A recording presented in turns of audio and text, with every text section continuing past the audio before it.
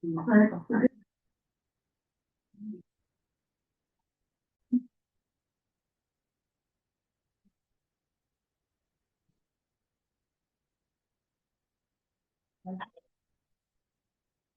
I'm Paula and I'm an alcoholic. I am so excited that my friend Amelia agreed to come and give her story today. She's been a total inspiration to me.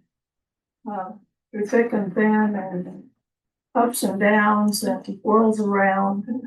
That describes her life as a sober alcoholic. And I'm sure she'll be able to explain in more detail all about it. Thank you. Thanks, Paula.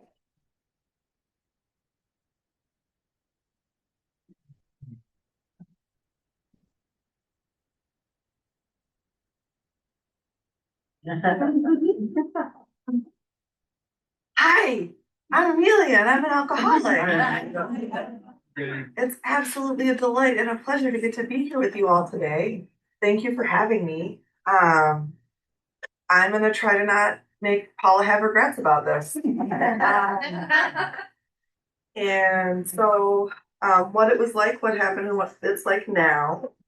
I think it's important to give the disclaimer that even though this is an Alcoholics Anonymous meeting, and I acknowledge your dominance, I got a fuck ton of problems. I got a fuck ton of problems, and alcoholism is just one of them. And so, little bits and pieces might come in there, but it's all the same solution.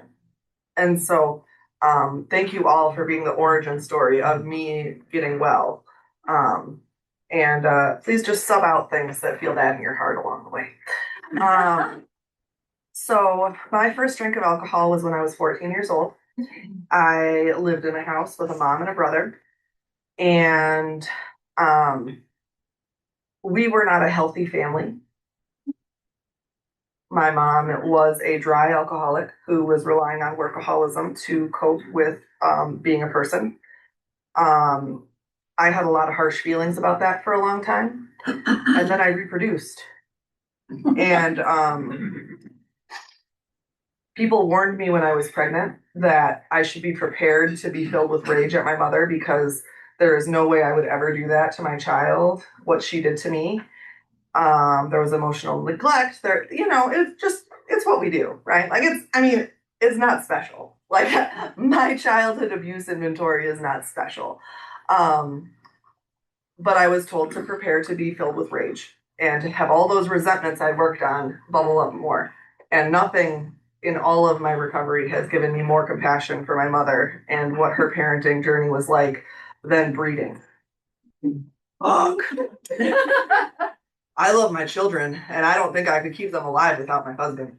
I don't know. I don't know how she did it. Honestly, I don't know how any of us survived at all. No idea. No wonder she indoctrinated me as her co-parent when I was 4. Like, it makes sense. 2 parents are better than one, and 1 parent and a 4-year-old is still better than 1. So I had a lot of responsibility as a young person, and that led to a lot of family dynamics that weren't healthy. Ultimately, at the age of 14, I decided that running away from home was a better solution than staying in the hostility and the tension and the eggshells and the silence and all the things that my household was. And so I started running away from home and going to random places and random things, and I loved random things. And so when I had my first drink of alcohol, and I know this isn't everybody's story, but my first drink of alcohol was amazing. I loved it. It tasted like trash. And it was great. And I loved it. And like I don't remember a lot of that day. My only real memory that like still exists in my head after my first drink of alcohol and that being amazing was like yelling at the guy who was giving me the alcohol while he was puking because I wanted him to make me more of the drinks. And he was puking and it was inconvenient for me. And so that is really just how my interpersonal dynamics and alcohol relationships went. A lot of ickiness. I continue to drink. I have, assorted products and substances that I enjoyed doing and participating in. I was encouraged to get help from my mother, probably, I don't know, various times. It didn't stick. I was resistant. I would run away. Being a child is a weird thing because people can tell you what to do, but you're still really fast. So, like, I would run away. I would come up with excuses of why I didn't need to go to treatment. I wouldn't go to school, just all the things. I have a long list of truancy tickets. Today I'm lucky enough to have a professional license where I have to tell a governing body about my relationship with law enforcement. And I don't remember a lot of my youth because of, the drugs and the booze. And so when I finished school and had to apply for this license, I had to look up all the things. There's a lot in there. But like stupid shit, it just felt so annoying to have to tell anybody about it because I had like 5 truancy tickets and a couple underage drinking and a couple underage smoking. Just like, you're just penalizing me for being independent and young. But apparently people think they know things about things and that young people should have support. Whatever, it's fine. Eventually, when I was about 16 years old, my freedom was taken away from me by some lovely people in a van that took me to Utah, where I proceeded to live until I was 17 and a half. And then they took me to Thompson Falls, where I proceeded to live until I was 18. These are organizations that go by a variety of names. Mine are called a therapeutic boarding school and a residential therapeutic group. I don't know. Places where they send the bad kids who don't listen. So I went to the places where they send the bad kids that don't listen, where you're far enough away from other people that you can't run away because I was a runner. Only like short distances to other like trap houses and not like athletically. It took many therapists to convince me that exercise was going to help my mood. So at the first treatment center I was at in Utah was when I got the first glimpse that the way I was choosing to live my life was not normal. Because I really just thought the grown-ups didn't know. I thought I had like hacked life. Like, if you guys knew what I knew, you would be doing what I was doing. Like, if you knew how cool using was, you too would use. And it wasn't until I encountered these random adults with licenses to therapize people and told them things that were true. Mind you, things that I thought were normal. Like, I knew there was stuff that happened that was less than chill and like less than ideal and arguably traumatic. But like I was telling them the normal stuff that I was like, this is normal and this is a thing normal people say to other people. And the looks of horror on these adults' faces was my first clue that I was incorrect. And that got me thinking that maybe I was not correct. It was my first introduction to the 12 steps. And while I found recovery in AA, the first place that literature sang to my heart was the NA literature in that treatment center. And it felt like somebody was reading my mind and could finally understand how I felt. In my second treatment center, I had more freedom. I went to school. I followed the rules. I did the things. I went to one AA meeting a week. They helped me apply to college. They helped me move to college. After I turned 18 and was no longer restricted to the group home, I worked there for the summer until I started college in the fall. And when I started college in the fall, I decided that one meeting a week was really close to 0 meetings a week, so I should just do that. I didn't have a car. The internet wasn't like a thing I was familiar with at that time. It was like a thing. So started school. After being in treatment centers for 2 years, my world was really small and I'd had a lot of trauma through my use. And so trying to go out in the world was really, really scary. And doing anything was really, really scary. And so I didn't. I went to class, I went to my dorm room. That's what I did. I got very good grades. I eventually made friends with some folks I don't know what it was about me trying to make friends with folks, but they all turned out to be drug dealers. Every time I would make friends and they'd turn out to be a secret drug dealer. It was so inconvenient because I knew I couldn't do drugs. I wasn't convinced about like pot and alcohol because those don't count, like whatever. But like I knew I couldn't do drugs and they were secret drug dealers and like now I can't hang out with you because like you're a secret drug dealer, whatever. And shocker, I ended up using. I drank a couple of times, never out of hand, but every time I drank alcohol, I wanted to kill myself for like 3 days, like clockwork. Like I did this experiment several times just to see, because I like science. And even if I could only drink one drink, I absolutely wanted to kill myself for 3 days. And then I would feel a little bit better.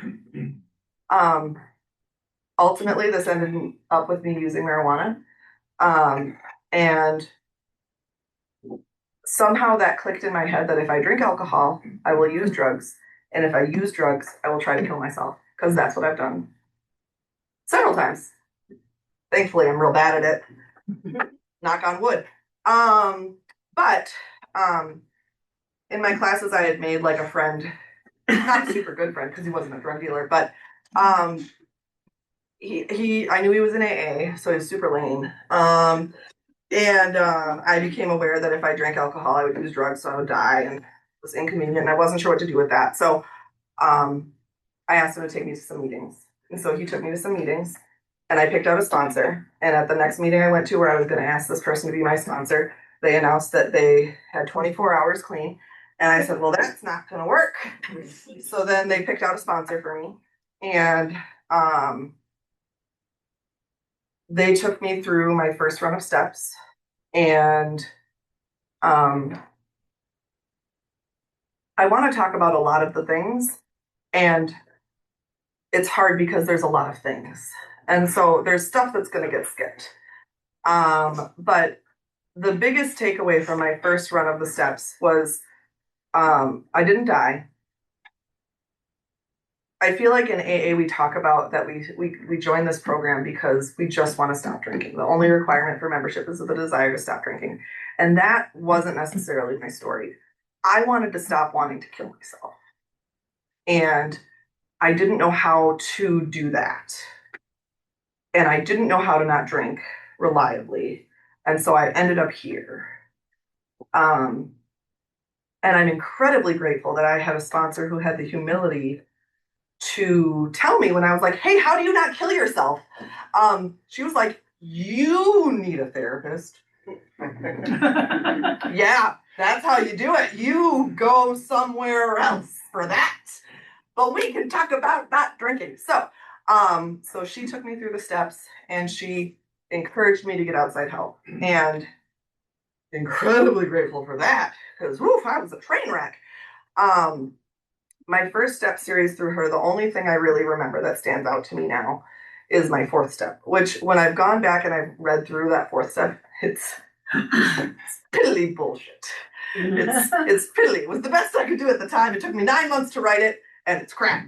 But it was everything I thought that I was supposed to write, and it was everything that I thought was the secret thing that was going to make everybody secretly hate me. I didn't know what made me chronically unlovable and unworthy of people being in my life that were safe and kind. But I knew that was true. I knew I was chronically unlovable and that anybody good in my life would leave. And doing my fifth step with this woman was the first time I told somebody all the things that I thought were going to be the secret thing that made the person go away. And she stayed.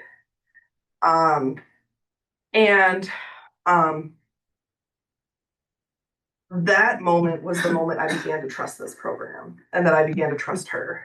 I had to trust her with all my secrets and tell her all the things before my heart trusted her.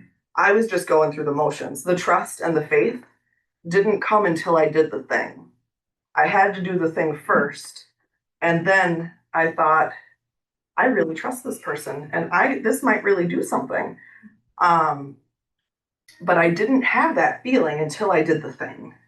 And I say that because I think we we feel like we need it to feel like it's the right person to tell the secrets to, or it's the right, like it needs to feel, sometimes you just gotta rip the fucking band-aid off because it's not gonna feel better till it feels better. And so for me, I had to trust a person, and then I did. And then I, you know, uh, asked her opinion about some stuff.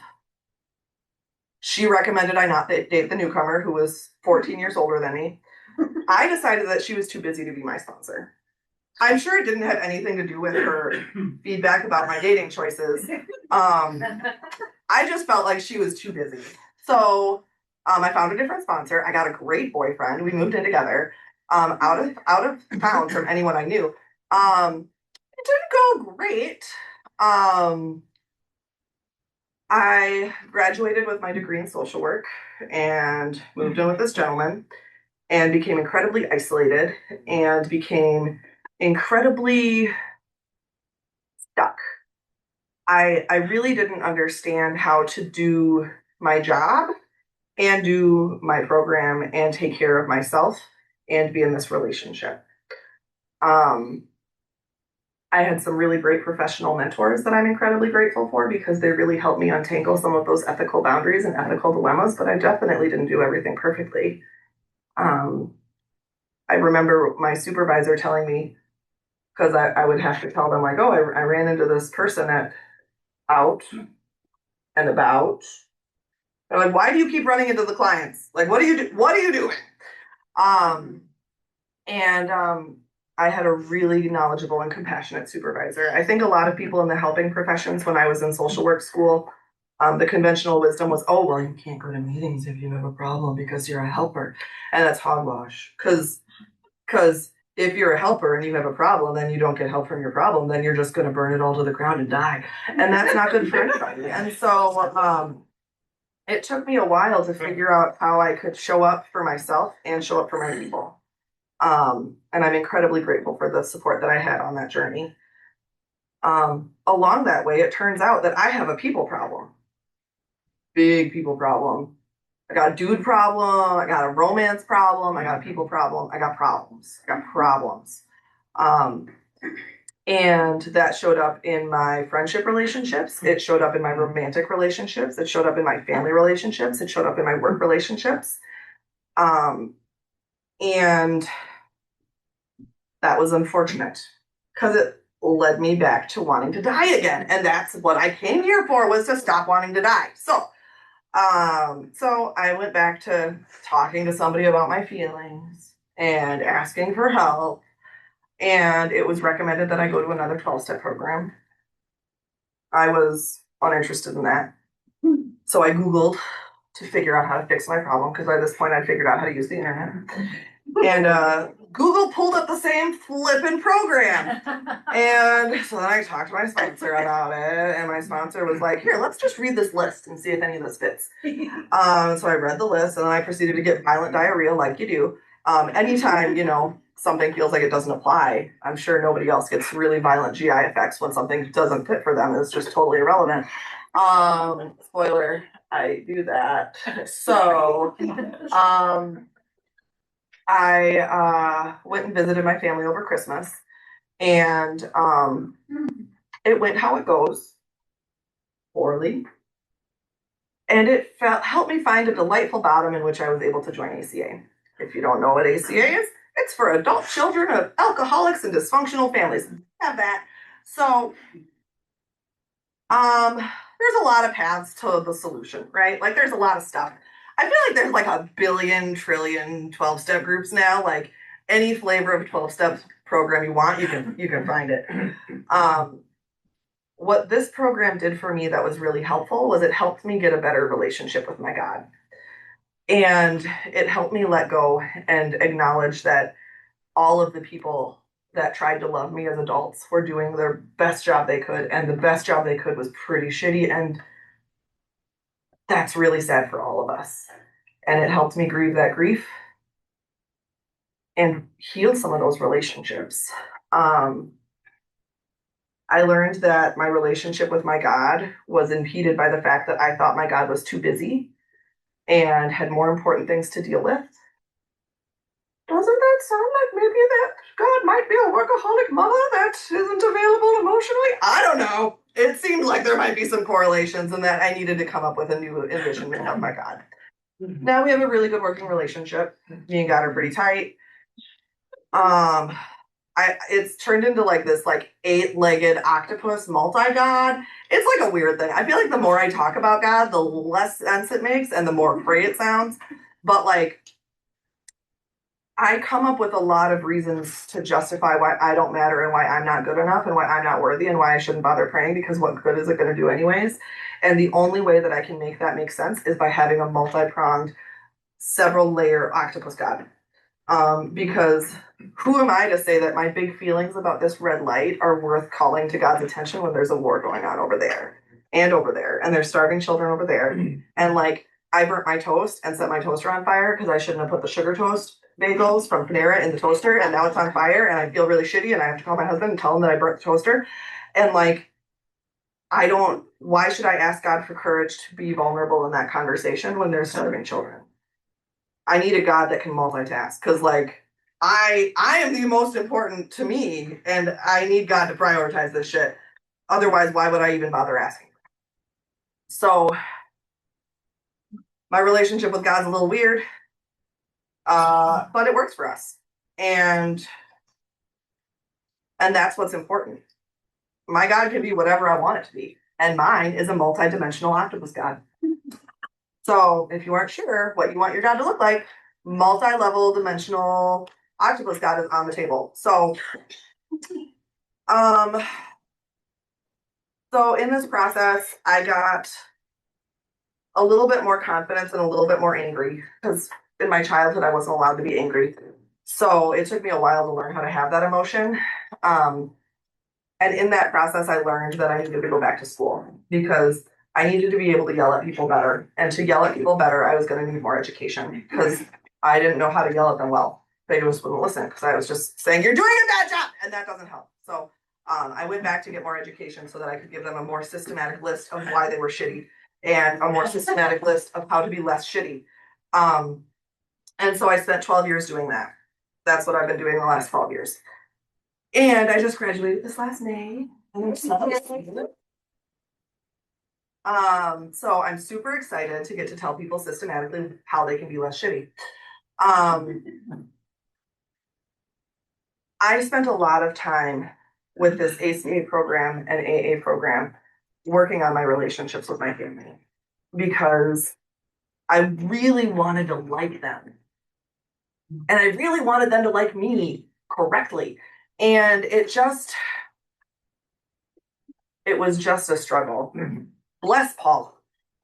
Paula has heard the phone call. Like, I feel like every phone call I had with my brother, Paula would get a reciprocal phone call where I would tell her the exact same thing I had told her before. And she would just so calmly and gently bring everything back into focus.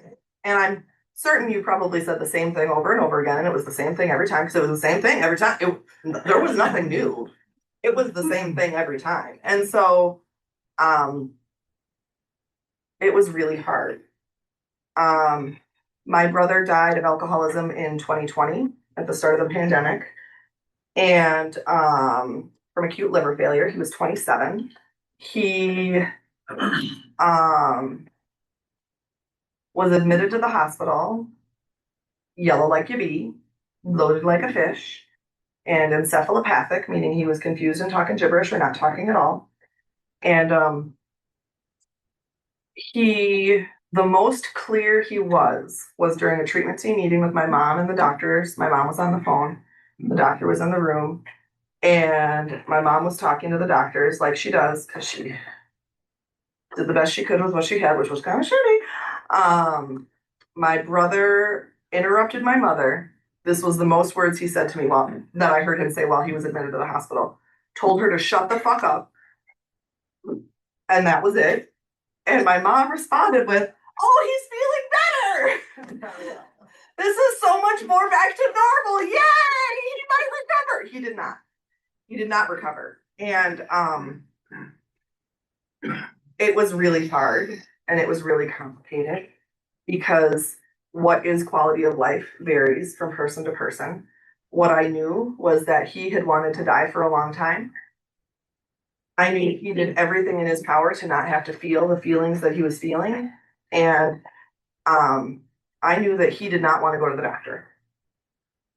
And so when the doctors asked me if I thought he would want a liver transplant, I said no.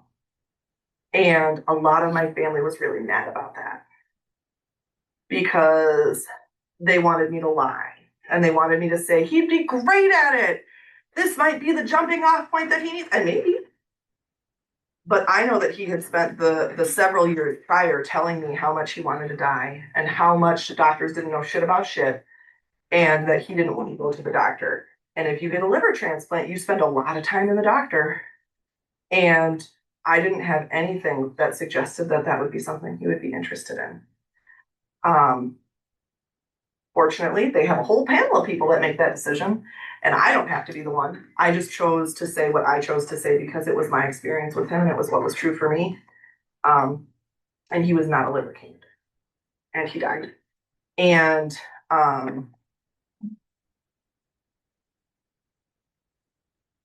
my mother and him talked for several hours a day, every day leading up to that point. And he was incredibly verbally abusive to her and verbally abusive to everyone because that's his love language. And I had some distance from my mom because she was again dry in her disease. And it was more comfortable to be at a distance. And then with him dead, I felt really called to have more contact with her,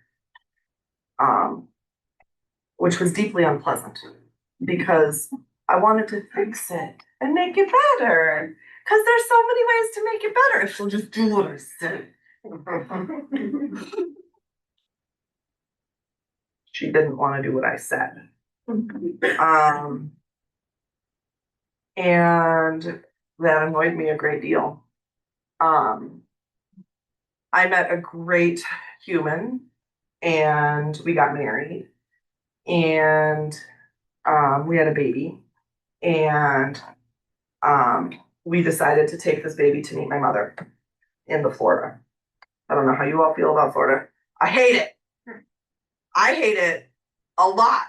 It's hot. It's humid. Smells bad.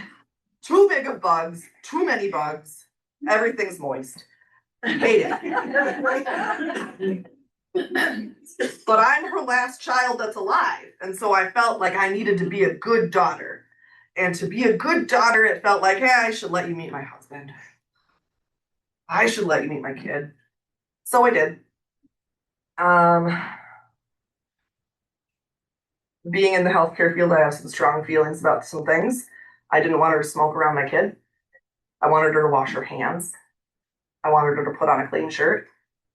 She decided that it was not worth it to hold her grandbaby to do those things because it would put too much space between her and nicotine. Because that's what dry alcoholism can look like. A substance, any substance, can become my everything. A person, any person, can become my everything. I've made sponsees my higher power. I've made boys my higher, not boys, adult sketchy men, sketchy adult men, exclusively sketchy adult men. I've made my toddler's toilet training habits my higher power and my self-worth. If he shits his pants again, I'm clearly a horrible fucking mother. He's gonna shit his pants again, probably before the end of the day. It doesn't actually have anything to do with my worth. It's his butt, his responsibility. I've done all I can. But with my mother, I just felt like I needed to check these boxes. She had her reasons for wanting to meet my partner and meet my kid, and I can only speculate her motives. I can come up with any justification I want, but for me, I wanted to check the boxes because once, anything can happen. Who knows? Who knows what'll happen? Anything could happen. She's met him, it's done. Meeting her, it was the first time I'd seen her in 3 years, and she was not well. She was more confused. She was repetitive. She wasn't able to hold a conversation. My partner got an ear infection because as adults, that's what we do. So I dropped him off at urgent care and drove her home. And it turns out that little altered mental status thing that she had going on was just some sort of weird act for my husband because she was a whole new person once he was out of the car. I don't know. She's weird. But I had all these concerns that she wasn't able to make safe choices because she couldn't hold a conversation. She couldn't have it back and like it was bizarre. But it was apparently I don't know. Maybe I don't know. It was not when my husband was out of the car. She was a normal person, as normal as she gets. So I was less worried. But it came out that she was doing some interesting things, like driving with glasses that were yellow and had the lenses kind of falling apart and were kind of not ideal. She wasn't using the washer and dryer because she was worried it didn't work, so she was washing her clothes in the toilet. Those sorts of things. So ultimately, I decided to call Adult Protective Services because I felt like if she can't show up for herself, like I need to show up. Like I wouldn't want anybody I care about to live in these conditions that she's living in. And so I'm gonna check. I'm gonna see what APS has to say because she won't let me help. And at that time, I had done enough work that her saying, no, thank you, I don't want you to do that, meant I was not, in fact, going to call a plumber and have a plumber show up at her house and do the things, and I would pay for it. I needed her to say, that's fine. I needed her permission for me to help her because thank goodness I grew.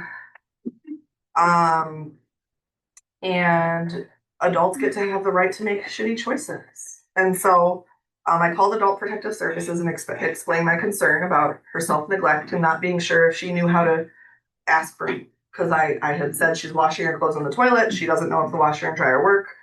I've offered to pay for a plumber. I've offered to call a plumber, and she's declining. Like she's just deciding that she wants to wash her clothes in the toilet, and that doesn't make sense. Adult Protective Services went out. They talked to her, and they said, everything looks good here. Live your best life. So, cool, good enough. So that's what we did. We just let her do her thing. So we talked periodically. I kept having a relationship with her. I made sure she knew I was happy to help her with paperwork, help her apply for housing, help her apply for whatever.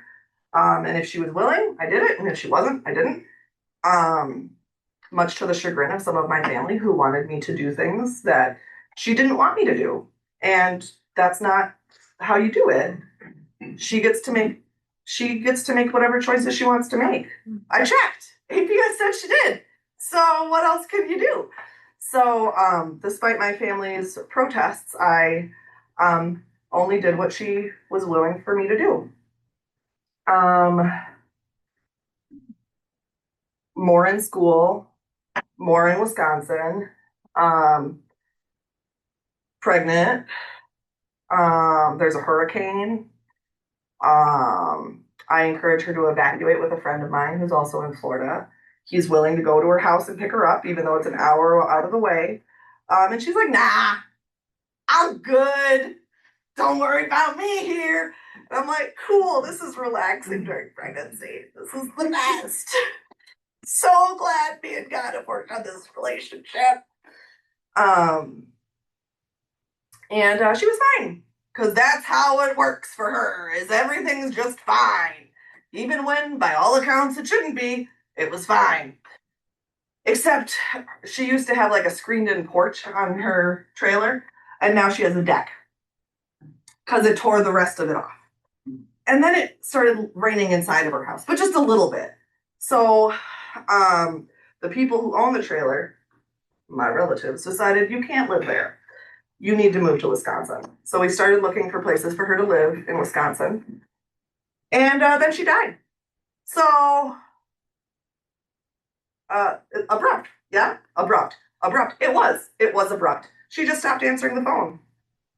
She was ready to move to Wisconsin, get closer to the grandbabies, show up for birthdays, be around, and said she died.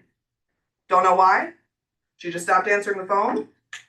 The police found her on her couch where she slept, watching her favorite movie. It was just playing the credits over on the DVD player, and that's how it was. Her life was not what I would have wanted. It was not what I would have wanted for somebody that I care about. It was small. She stopped going to meetings. She didn't have any friends. Her only friends were the people at the smoke shop that sold her cigarettes, and the daughter of a friend of hers who had died of cancer, who was her pot dealer. Um, and when family would come down to Florida to visit our other relatives, she didn't want to see them. She didn't go out places. And she was afraid to drive. She was afraid of the semi trucks. And she didn't want to go to the doctor. And she truly got to live her last years of her life on her terms. And even though it's not what I would have wanted, what I want more than what I want is to do really whatever the fuck I want. I want what I want, and I want it yesterday. And she got to have that. With the grief that I have for my mom and brother not finding this program, not just this program, because I've come to believe that there's a lot of ways to get well from this disease. I don't fucking get it. I know how to do this, but I believe there's other, but they never found joy. They never found the freedom that I have found here. The relentless amounts of love. The amount of love I have in my heart today is fucking gross. It's gross how deeply I love today. I didn't know you could love so deeply. I didn't know that your heart, it doesn't have like a capacity. It just gets bigger. You just get a fuller life. It just gets deeper. It's expansive. And they never got to have that. And when I think about my grief for my mom and my brother, that's the piece. Because both of them were profoundly suffering in their own ways. And they don't have to suffer anymore. And frankly, the way my mom would have suffered was by not getting to do what she wanted to do anymore. She was going to have to come up here. She was going to have to go to the birthday parties. Oh, God. I can't imagine her actually wanting to go to a child's birthday party. Like, she didn't want to hold her grandbaby. Why would she want to go to a toddler's birthday party? It sounds like a nightmare. But she got to do what she wanted to do. And then she didn't have to do the other stuff. But her life was just so small. And she never got to know this expansive love. I know she loved me the best she could.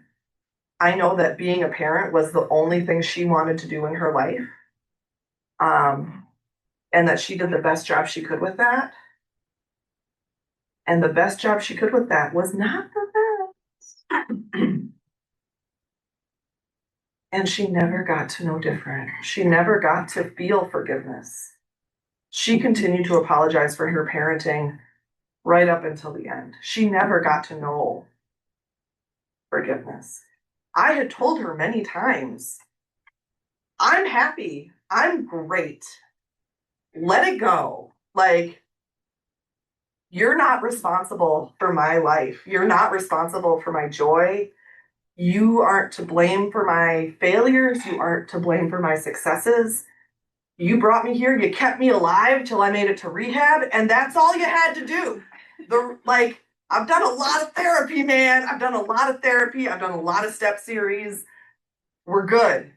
But she never got to feel that forgiveness because she never got to forgive herself.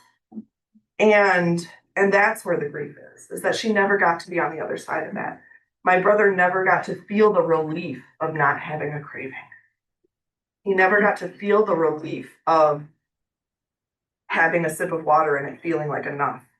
He was always chugging his drink, waiting for that relief to come, and it never came. It only brought him more pain.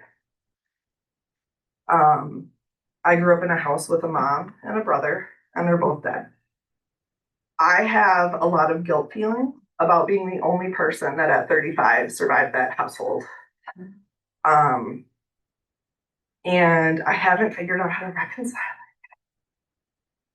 But I'm still in therapy! And I'm still working still! And I know that this round of feelings is going to matter for somebody else. Because every ounce of pain I've ever felt, and there's been plenty. I have had my fair amount of physical, emotional, and sexual trauma.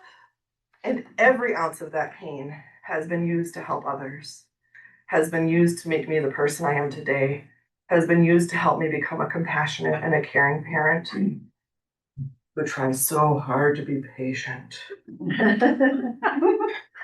But this motherfucker not peeing in the potty when it's time to go might bring me to the edge.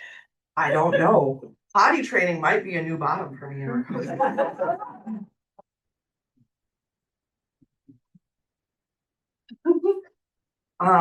can do it. You can do it. God help me. You still got to drink though, right? Like.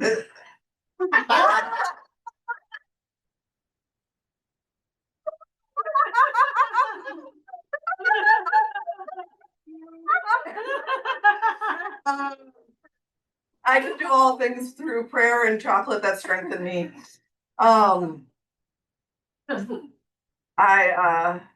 my mom died in January of this year.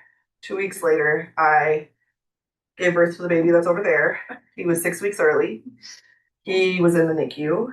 I had severe preeclampsia for the second time. Do not recommend. Straight trash. I then hemorrhaged and had several surgeries and almost died. Also do not recommend. My uterus is now just for show. So if you were all thinking that this surrogacy thing looked like a good idea with this shit, these shit placentas I grew up, no, I've been informed. It's not medically advisable for me to use this. My child was then in the NICU. With my first kiddo, I had severe postpartum depression. I was very grateful to have established with a group of women in Wisconsin who are far more advanced in recovery than I am. And also aren't afraid of outside help. They know the steps, they know God, they help me use those tools, and they aren't afraid to give me a stern talking to when they say, no, this is not normal. You have depression. Go call your doctor. You're gonna die. Okay. And I think sometimes I've seen it where alcoholism is a big thing. And it's a big part of me and what makes me up. But I have so many other things about me that are fucked up. So I just am incredibly grateful for sponsors that have taken me through the steps and encouraged me to find God when I didn't fucking want to talk to homie. And weren't afraid to tell me to go talk to my doctor when I was clearly not having alcoholism. I was having a severe emotional reaction to the world and to hormones and to chemicals that were outside of my control. That all said, I don't know why I'm well. I don't know why I get to have joy. That older gentleman that I started dating when I was a newcomer and he was a newcomer, he died. I got to get lunch with his daughter. She had a baby. She's really happy and she's doing really well, and he's not here to see it. And if he was here, he might not get to be in her life to see it anyway, because this disease is fucking treacherous. I don't know why any of us get to stay. I don't know why any of us get to get well. I'm just so deeply grateful that the stars have aligned in such a way that I get to be here, and that the steps I've worked and the sponsors I've worked with have called it right when they say this is the alcoholism and this is mental illness. Go get help. And no, this is not mental illness. You're being a lazy asshole. Work a fucking step and make your bed.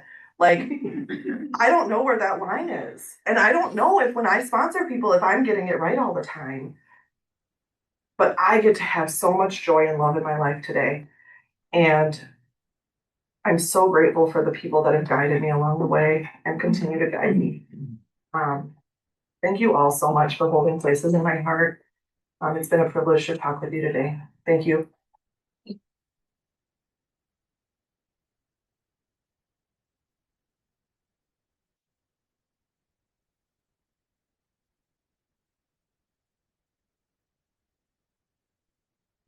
Thank you so much. Before closing, let us remember that unanimity is the spiritual foundation of all of our traditions. On a personal level, tell anyone you wish that you are an AA member, but please do not reveal the identity of anyone else. You can find an audio recording of this meeting and past speakers on our YouTube channel. Our channel is @SundaySpeaker, so the full address is youtube.com/@SundaySpeaker, or you can search for the @SundaySpeaker channel. Are there any announcements?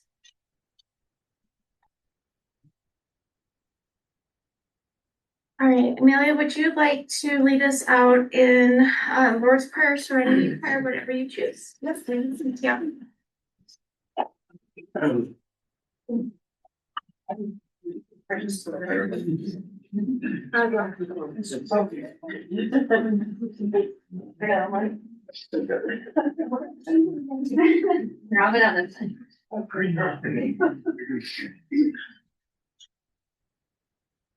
After a moment of silence, let's go rock out that serenity prayer. God.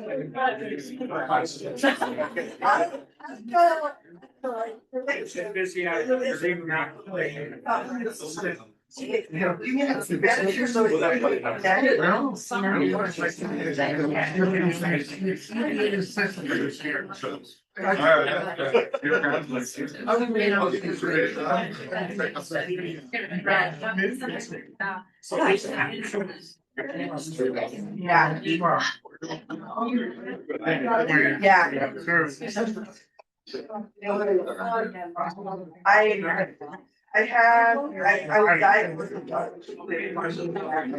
just, I've been for heaven every other week. Find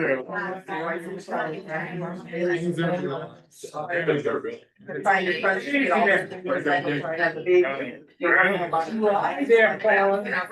And I was couch sleeping for like big and she was like over and over. I love this. My mom, I'm sure she'll tell me that you did. I'm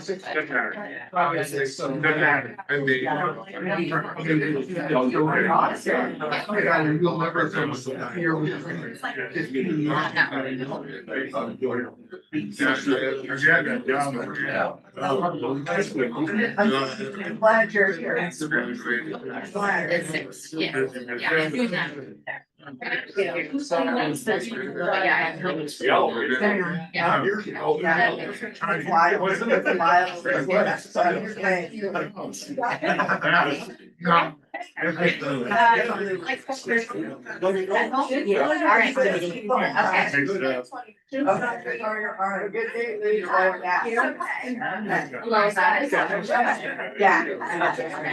That's the way.